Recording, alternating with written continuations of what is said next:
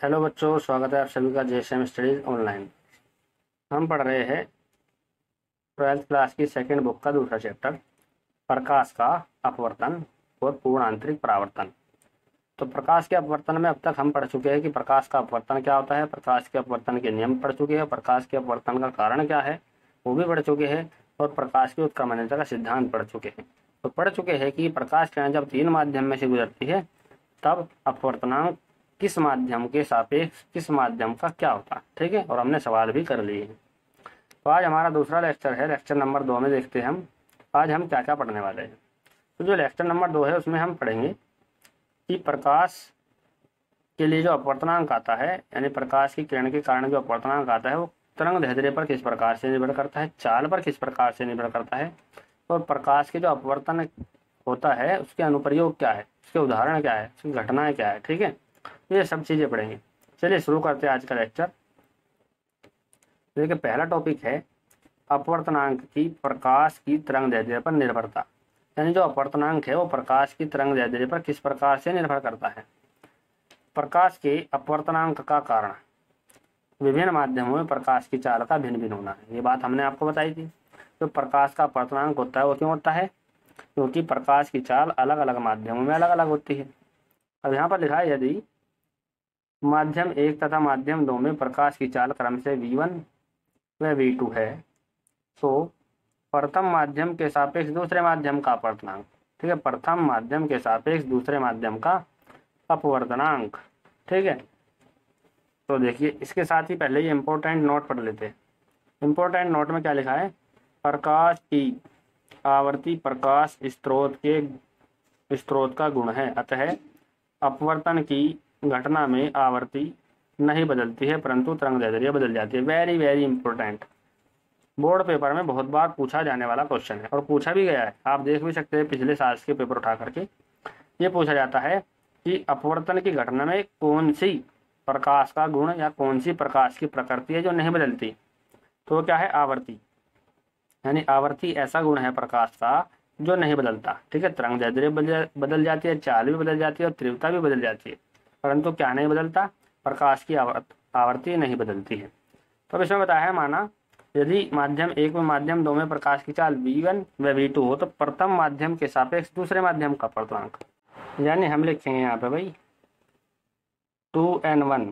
तो कहा ना कि प्रथम माध्यम के सापेक्ष दूसरा माध्यम का अपवर्तनांक क्या होता है, फॉर्मूला स्नेल के नियम से साइन आई बटा साइन आर। ठीक है, और ये बराबर होता है n2 अपॉन n1 के।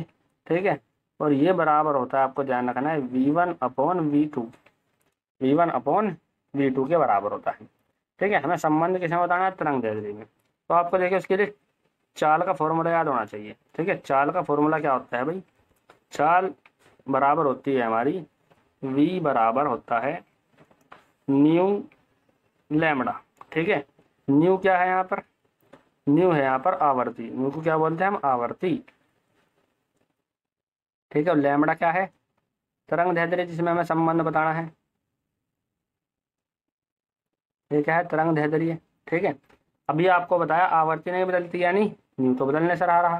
ठीक है, क्या बदलेगा फिर, लैम्बडा। तो यानी इस फॉर्मूले में हम रख देंगे 2n1 बराबर v1 बटा v2, ये तो था, बराबर क्या हो जाएगा, न्यू लैम्बडा 1 पहले माध्यम के लिए, तो दूसरे माध्यम के लिए लैम्बडा 2, न्यू से न्यू कैंसिल। ठीक है, तो क्या बचेगा यहाँ पे, यहाँ पर बच जाएगा लैम्बडा 1 बटा लैम्बडा 2। क्या बच जाएगा, ये बच जाएगा 2n1 बराबर लैम्बडा 1 बटा लैम्बडा 2। ठीक है, ये हमें संबंध बताना था, ये भी बहुत खास है। यानी जो तरंग दैर्ध्य है, जब अपवर्तन की घटना होती है तो तरंग दैर्ध्य भी बदल जाती है। ठीक है, क्या होता है, तरंग दैर्ध्य भी बदल जाती है। इसके बाद इसमें ही आपको एक बात और ध्यान रखनी, यानी हमने आपको बताया चाल बदलेगी, तरंग दैर्ध्य बदलेगी। ठीक है, और साथ में क्या होता है भाई, आवर्ती को छोड़ के तीव्रता भी बदल जाती है। ठीक है, आवर्ती को छोड़ के तीव्रता भी बदल जाती है। क्या लिखा, अपवर्तन की घटना में प्रकाश का आंशिक परावर्तन, यानी जब प्रकाश किरण इस तरीके से आती है, ये क्या है हमारा तल, प्रकाश किरण इस तरीके से आई और इस तरीके से चली गई।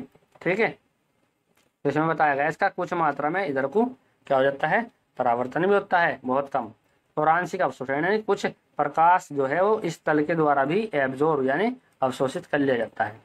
इसका कारण क्या होता है कि अपवर्तित प्रकाश की तीव्रता आपतित प्रकाश की तीव्रता से क्या हो जाती है, कम हो जाती है। ठीक है भाई, यानी कम हो जाती है। ठीक है, तो आपको ये बात ध्यान रखनी है कि जब प्रकाश किरण एक माध्यम से दूसरे माध्यम में जाती है तो उसकी चाल भी बदलती है, तरंगदैर्ध्य बदलती है और तीव्रता भी बदलती है। क्या नहीं बदलती, केवल आवृत्ति नहीं बदलती। तो अब यदि हम इन सबको एक साथ इकट्ठा करके लिख देंगे तो देखिए एक फॉर्मूला बन जाता है, और ये फॉर्मूला आपको याद रखना है। फॉर्मूला था हमारे पास 2n1 बराबर साइन आई बटा साइन आर बराबर आया था n2 बटा n1 के, बराबर आया था v1 अपॉन v2 के, और बराबर आया है लैम्बडा 1 बटा लैम्बडा 2 के। ठीक है, लैम्बडा 2 के। ये फॉर्मूला बहुत ही इंपॉर्टेंट है। ठीक है, ये फॉर्मूला आपको याद होना चाहिए। इसके बाद देखते हैं अगला टॉपिक। अगला टॉपिक है प्रकाश की अपवर्तन पर आधारित कुछ घटनाएं, यानी जो प्रकाश का अपवर्तन हुआ उस पर आधारित कुछ घटनाएं। ठीक है, तो इसमें जो पहली घटना लिखी गई है, पहली घटना लिखी गई है रात्रि में तारों का टिमटिमाना। यानी यदि आप रात में देखते हो तारे आपको एक जगह फिक्स नहीं दिखाई देते। ठीक है, ऐसा लगता है जैसे टिमटिमा रहे, यानी लाइट कम ज़्यादा हो रही होने की, परंतु ऐसा नहीं होता। वास्तव में जो तारे हैं उनसे जो प्रकाश निकलता है, यह बताया जाता है कि उनसे जो प्रकाश निकलता है वो हमारे पास लगभग कई सौ सालों में पहुंचता है या कई लाख साल में पहुंचता है। ठीक है, यानी जब हम तारा देख रहे होते हैं हमें यूं भी नहीं पता कि वो तारा वास्तव में वहां है भी या नहीं। ठीक है, यानी जो प्रकाश आता है तारों से वो कई लाख साल पहले चल चुका होता है और वो हमें दिखाई देता है, वो भी कैसा टिमटिमाता हुआ। क्यों? इसका कारण है अपवर्तन। जो वायुमंडल है पृथ्वी के चारों ओर, ये जो आपको दिखाई दे रखा है यहाँ पर, ये क्या है, वायुमंडल। ठीक है, प्रकाश किरण आती है तारों से। ठीक है, तो ये जो वायुमंडल है इसकी अलग अलग परतें होती है, ये कई भागों से मिलकर के बना होता है। ठीक है, जैसे लिख रखा है ट्रोपोस्फीयर है, स्ट्रेटोस्फीयर है, मेसोस्फीयर है, थर्मोस्फीयर है, एक्सोस्फीयर। ठीक है, तो इसमें जो वायु की जो परतें होती है, जो डेंसिटी होती है घनत्व का, यहाँ पर अलग होता है, यहाँ पर अलग, यहाँ पर, यानी हर स्तर पर अलग अलग होता है। और साथ में कहीं टेम्परेचर ज़्यादा है कहीं कम है, कहीं ज़्यादा है कहीं कम है, कहीं ज़्यादा है कहीं कम है। तो यानी क्या होता है, जो प्रकाश किरण आती है उसे कई प्रकार के माध्यम से होकर गुजरना पड़ता है, तो एक जगह में फिक्स नहीं दिखाई देती। ठीक है, मान लिया प्रकाश किरण ऐसे आई, यहाँ पर क्या होगा, इसका अपवर्तन या अपवर्तन होगा, ऐसे चली गई फिर ऐसे चली गई। ठीक है, ऐसे गई फिर ऐसे गई। ठीक है, ऐसे टिमटिमाती हमारी आंखों तक पहुंचे तो हमें फिक्स नहीं, कभी यहाँ दिखाई देगा, कभी यहाँ दिखाई देगा, कभी यहाँ दिखाई देगा, कभी यहाँ दिखाई देगा, कभी यहाँ दिखाई देगा। तो इस वजह से हमें जो तारे हैं वे टिमटिमाते हुए दिखाई देते हैं। तो देखिए इसमें क्या लिखा है, वायुमंडल की विभिन्न परतों का घनत्व व ताप भिन्न भिन्न होने के कारण उनका अपवर्तनांक भिन्न भिन्न होता है। ठीक है, यानी इसका अपवर्तनांक कुछ होगा, इसका अलग होगा, इसका अलग होगा, इसका अलग, इसका अलग। यानी वायु की जो परतें हैं उनका तापमान और घनत्व अलग अलग होने की वजह से उनका जो अपवर्तनांक है अलग अलग होता है। फिर लिखा, तारों से आने वाला प्रकाश इन परतों से अपवर्तित होकर पृथ्वी पर पहुंचता है। तारों से आने वाला प्रकाश इनसे अपवर्तित होकर पृथ्वी पर पहुंच गया। वायु की गति के कारण वायुमंडल की विभिन्न परतों का घनत्व वह तापमान निरंतर परिवर्तित होता रहता है। परिवर्तित का मतलब बदलता रहे। वायु चलेगी, ठीक है, जहाँ टेम्परेचर ज़्यादा होगा कुछ देर में कम हो जाएगा। ठीक है, वायु वहाँ नहीं है प्रेजेंट तो टेम्परेचर बढ़ जाएगा, यानी घटता बढ़ता रहता है। अतः उनसे अपवर्तित होकर पृथ्वी पर पहुंचने वाले प्रकाश की तीव्रता भी किसी स्थान पर परिवर्तित होती रहती है, यानी तीव्रता भी बदलती रहती है प्रकाश की, जिस कारण तारे हमें टिमटिमाते हुए दिखाई देते हैं। कारण पता चल गया, यानी तीव्रता यानी उनकी जो चमक है वो भी घटती बढ़ती रहती है, जिस वजह से हमें तारे क्या दिखाई देते हैं, टिमटिमाते हुए दिखाई देते हैं। इसके बाद देखते हैं इसका अगला पॉइंट। अगला है नंबर 2। ये तो आपको सभी पता होगा, 10वीं क्लास में पढ़ रखा भाई ये तो सबने। ठीक है, दूसरा पॉइंट क्या है, दूसरा पॉइंट है सूर्य वास्तविक सूर्योदय से कुछ मिनट पहले तथा वास्तविक सूर्य अस्त के कुछ मिनट बाद भी हमें दिखाई देता है। यानी सूर्य निकलने से पहले हमें दिखाई देने लगा है, और क्या लिख रखा, वास्तविक सूर्यास्त के बाद, यानी जब वो छिप जाता है तब भी हमें दिखाई देता है। यानी सूर्य बोलते हैं ना, सूर्य छिप गया भाई, ठीक है, या अस्त हो गया तो हमें तब भी दिखाई दे। ऐसा क्यों है? ऐसा देखिए, इस चित्र से आप देख के खुद ही अंदाजा लगा सकते हैं। ठीक है, ऐसा भी कारण तो क्या है, प्रकाश का अपवर्तन ही है। तो इसमें देख लेते हैं एक बार क्या लिखा है। इसमें लिखा वास्तविक सूर्योदय। वास्तविक का मतलब जब तक सूर्योदय न हुआ हो, उससे पहले या वास्तविक सूर्यास्त के बाद सूर्य क्षितिज यानी हॉरिजॉन के नीचे होता है। ये है आपका क्षितिज, यानी सूर्य वास्तव में है तो यहाँ पर हमें दिखाई यहाँ देगा। इसका कारण क्या है, इसका कारण भी यही है, प्रकाश का अपवर्तन। इस स्थिति में सूर्य से आने वाली प्रकाश किरणें जब क्षितिज के ऊपर चलती है, यानी प्रकाश किरणें तो सभी दिशाओं में फैल लेगी भाई, ठीक है। तो जैसे प्रकाश किरणें यहाँ को चली क्षितिज से ऊपर, तो क्या लिखा, तो सघन से विरल माध्यम की ओर अपवर्तित होते वे अविलंब से दूर हट जाते हैं। हमने बताया था जब प्रकाश किरण सघन से विरल माध्यम में जाती है तो वो अविलंब से दूर हट जाएगी, यानी प्रकाश किरण ऐसे जा रही है, ऐसे जा रही, मान लिया ऐसे जा रही प्रकाश किरण, ठीक है। यहाँ कहीं को अविलंब है तो ऐसा हट जाएगी दूर, जाना तो इसे अविलंब की तरफ कुछ चाहिए था परंतु ऐसा हट जाएगी दूर, ठीक है। अतः वायुमंडल की आगे की परतों पर आपतन कोण निरंतर बढ़ता जाता है। यानी भाई मान लिया प्रकाश एक परत यो है, तो साफ सा करके दिखा देते हैं ना, यहाँ से प्रकाश किरण आई इस तरीके से, अगली परत ये होगी, अगली परत मान लिया यहाँ होगी, अगली परत मान लिया यहाँ होगी, ठीक है। तो प्रकाश किरण आई इस तरीके से, यहाँ पर विलंब बना, प्रकाश किरण आई, यहाँ पर विलंब, यहाँ पर विलंब, यहाँ पर विलंब। देख लो ये वाला जो एंगल आपको दिखाई दे रहा है आपतन कोण, ठीक है, ये वाला एंगल लगातार क्या होगा, बढ़ता चला जाएगा, ठीक है। ये वाला एंगल आपतन कोण है ना, ये वाला एंगल यहाँ पे कम है, यहाँ पे ज़्यादा है, यहाँ पे और ज़्यादा है, यहाँ पे और भी ज़्यादा है, ठीक है। तो लगातार क्या हो रहा है, आपतन कोण बढ़ता चला जा रहा है। जब ये प्रकाश किरणें पृथ्वी पर स्थित किसी प्रेक्षक की आंखों में, प्रेक्षक का मतलब देखने वाले की आंखों में पहुंचती है तो ये किरणें उसे सूर्य की आभासी स्थिति से आती हुई प्रतीत होती है। उसे लगेगा कि प्रकाश की किरण यहाँ से आ रही, परंतु वास्तव में यहाँ से आ रही, जो क्षितिज के ऊपर होता है, ठीक है। वास्तविक में ऐसा लगेगा कि यहाँ से आ रही, परंतु वास्तव में यहीं से आ गई, यानी आभासी स्थिति से आती हुई प्रतीत होगी, तो उसे ऐसा लगेगा कि प्रकाश किरण यहाँ से आ रही क्षितिज के ऊपर से। अतः हमें सूर्य वास्तविक सूर्योदय से कुछ मिनट पहले से और वास्तविक सूर्य अस्त, यहाँ पर सूर्य अस्त आना था, ठीक है, सूर्यास्त के कुछ मिनट बाद भी दिखाई देता है। कारण पता चल गया होगा आप सबको भाई, ठीक है। इसके बाद देखते हैं अगला, अगला है इसका उदाहरण, पानी से भरा तालाब अपेक्षाकृत कम गहरा दिखाई देता है। यदि पानी से भरा हुआ तालाब देखते हो तो आपको ऐसा लगेगा कि इसकी जो तली है वो तो ऊपर को ही है, नीचे को तो है ही नहीं, ठीक है। परंतु जब जैसे ही इसमें आप उतरोगे तो पानी बहुत ऊपर तक आ जाएगा। ऐसा स्विमिंग पूल देख लीजिए आप जाएगा, तो स्विमिंग पूल का जो तली लगती है उसकी ऐसा लगता है कितनी ऊपर है, परंतु काफी गहरी लगती है, ठीक है। ऐसा क्यों, ऐसा भी कारण यही है कि प्रकाश का क्या होता है यहाँ पर भी अपवर्तन। इसमें लिखा है जब तालाब के तल के किसी बिंदु से आने वाली प्रकाश किरणें जल से वायु में अपवर्तित होती है तो विलंब से दूर विक्षेपित होती जाती है, ठीक है। ये हमने आपको बताया था, देखिए जैसे आई प्रकाश किरणें, मतलब तली है, तली से प्रकाश किरण इस तरीके से चली, ठीक है। इसे जाना तो ऐसा चाहिए था सीधा, परंतु विलंब से दूर हटेगी, और जैसे इसे कोई देखेगा तो उसे ऐसा लगेगा इसे पीछे की ओर हटाओ, उसे ऐसा लगेगा तली यहाँ है और तली वास्तव में कहाँ है, यहाँ है नीचे ओ पे, अब उसे कहाँ लगेगा, आई पे है, ठीक है। तो भ्रम होगा, उसे इतनी ऊपर दिखाई देगी तली देखने वाले, ठीक है भाई।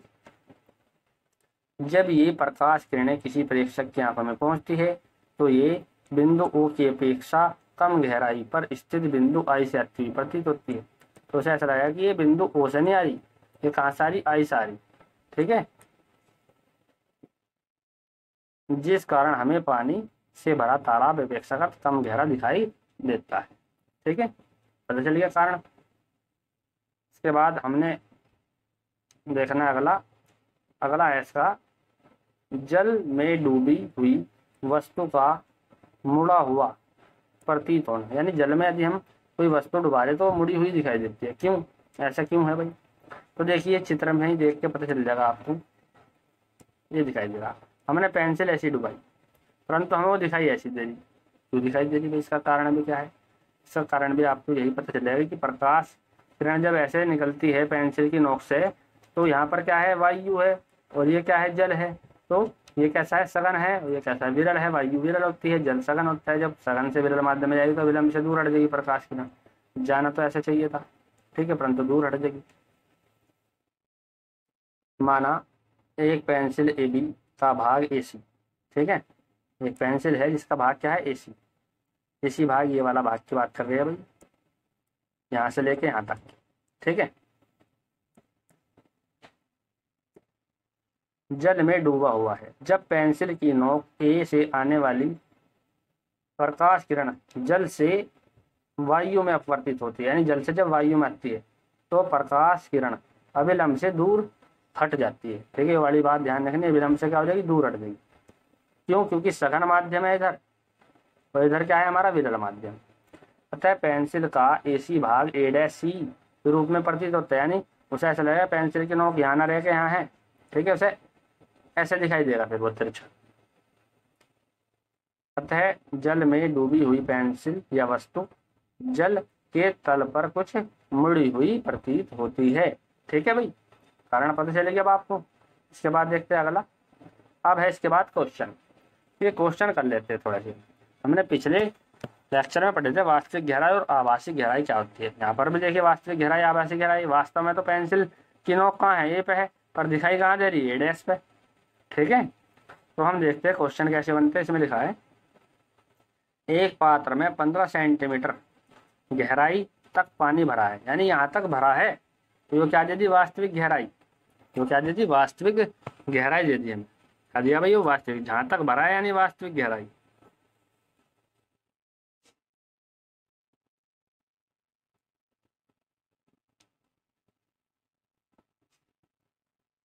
वास्तविक गहराई दी है 15 सेंटीमीटर।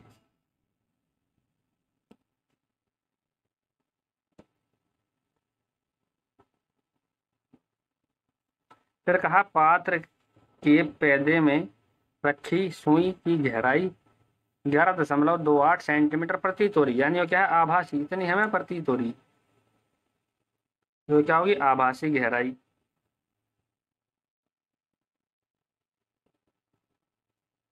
आभासी गहराई कितनी, 11.28 हमें प्रतीत हो रही, ठीक है भाई। इसे लिखते हैं हम कैपिटल एस से, इसे लिखते हैं हम स्मॉल एस से, ठीक है। तो हमसे पूछा पानी का अपवर्तनांक बताओ कितना होगा, तो हमने आपको फॉर्मूला बताया था, अपवर्तनांक बराबर होता है वास्तविक गहराई बटा आभासी गहराई, ठीक है। तो वास्तविक गहराई कितने हमारे पास, 15 सेंटीमीटर, और जो आभासी गहराई है कितनी, 11.28 सेंटीमीटर। तो हम क्या करेंगे, पॉइंट हटावेंगे, ऊपर कितना बन जाएगा, 1500, ठीक है भाई, 2 से काट देंगे, 1500 2 से कटेगा 750 बार। और जो आपकी ये वाली वैल्यू है, ये वाली वैल्यू आपकी कितनी बार कट जाएगी भाई, ये कटेगी आपकी 2 पंजे 10, 2 6 12, ठीक है, 2 चौक 8। इसके बाद हम फिर से 2 से काट देंगे, ये कटेगा 2 8 2, और ये कटेगा 6 7 5, ठीक है। और तो 2 से कटने से रहा। तो अब देखिए हम क्या करेंगे भाई, n बराबर आ गया हमारे पास 375 बटा 282 से। अब हमें इससे इसे डिवाइड कर देंगे, तो इससे डिवाइड करेंगे 280 कम 1.3, हाँ, लगभग कितना आ जाएगा, ये आ जाएगा 1.33। जल का अपवर्तनांक भी वास्तव में इतना ही होता है, कितना था, 1.33। ये सवाल समझ में आया। बस आपको देखिए फॉर्मूला याद होना चाहिए ये वाला, ठीक है, क्या दिया है वो भी पता होना चाहिए। यही नहीं पता भी सवाल में दे रखा क्या, तो फिर फॉर्मूला कौन सा लगाओगे, ये भी पता होना चाहिए सवाल में दिया क्या है, करना क्या है। अगला क्वेश्चन देखते हैं भाई, क्वेश्चन नंबर 5, क्योंकि 3 तो हम पिछले लेक्चर में कर चुके हैं, 1 हमने कर लिया, 4 और 1 ये कितना, 5। इसमें लिखा है एक मछली वायु में उड़ते हुए पक्षी को पानी की सतह से 30 सेंटीमीटर ऊपर देखती। मान लिया ये एक तालाब टाइप है, यानी यह है जल, यहाँ पे एक हमारे पास क्या है, मछली है,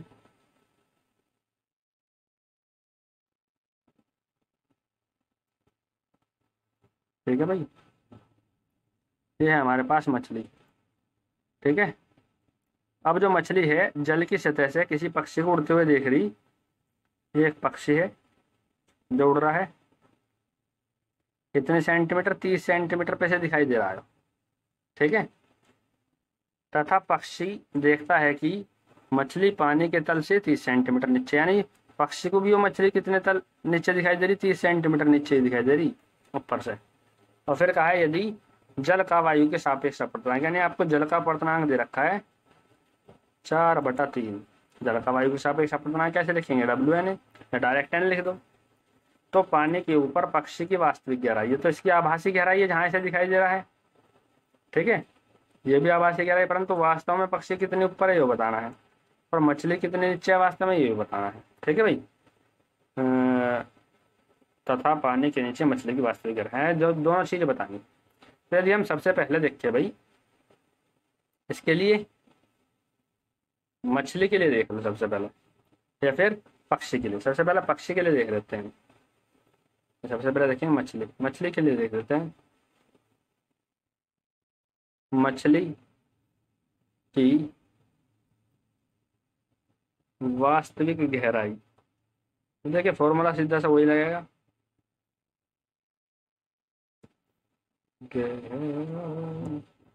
गहराई क्या होगा फॉर्मूला भाई, फॉर्मूला होगा n बराबर capital H upon small h। ठीक है, कैपिटल H जो कि हमें निकालना, स्मॉल h जो पक्षी को दिखाई दे रही वो कितने नीचे दिखाई दे रही थी, 30 सेंटीमीटर पे। अपवर्तनांक हमें दे रखा 4/3 बराबर कैपिटल H अपॉन 30। ठीक है, यदि हमें यहाँ से कैपिटल H की वैल्यू निकालनी 30 को 4 की गुणा में पहुँचा देंगे तो H बराबर आ जाएगा 4 गुणा 30/3। इससे से डिवाइड कर दें, कितने बार कटेगा वो, 10 बार। ठीक है, तो कितना आ जाएगा 10 चौक 40। तो कितना, यानी वास्तव में मछली कहाँ पर होगी, तल से 40 सेंटीमीटर अंदर होगी, परंतु उसे दिखाई कहाँ दे रही वो, 30 सेंटीमीटर पे, यानी ऊपर दिखाई दे रही थोड़ी सी। अब पक्षी कहाँ दिखाई दे रहा है, 30 सेंटीमीटर ऊपर, परंतु वास्तव में कहाँ होगा वो, यही तो हमें पता करना। आप देखते हैं पक्षी के लिए, अब हम फॉर्मूला लगा देंगे पक्षी के लिए।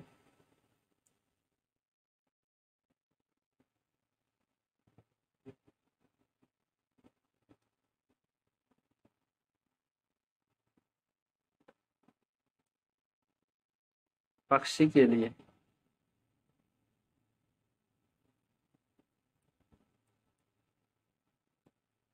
ठीक है भाई। तो देखिए पक्षी जो था तल से कितने ऊपर दिखाई दे रहा था, 30 सेंटीमीटर पे, ये थी इसकी आभासी। ठीक है, वास्तविक हमें पता करनी है। ठीक है, जब पक्षी देख रहा था तो प्रकाश किरण वायु से कहाँ जा रही थी, जल के अंदर, परंतु जब मछली देखेगी तो प्रकाश किरण कहाँ से कहाँ आएगी, जल से कहाँ जाएगी, वायु में जाएगी, यानी अपवर्तनांक क्या होगा, उल्टा हो जाएगा।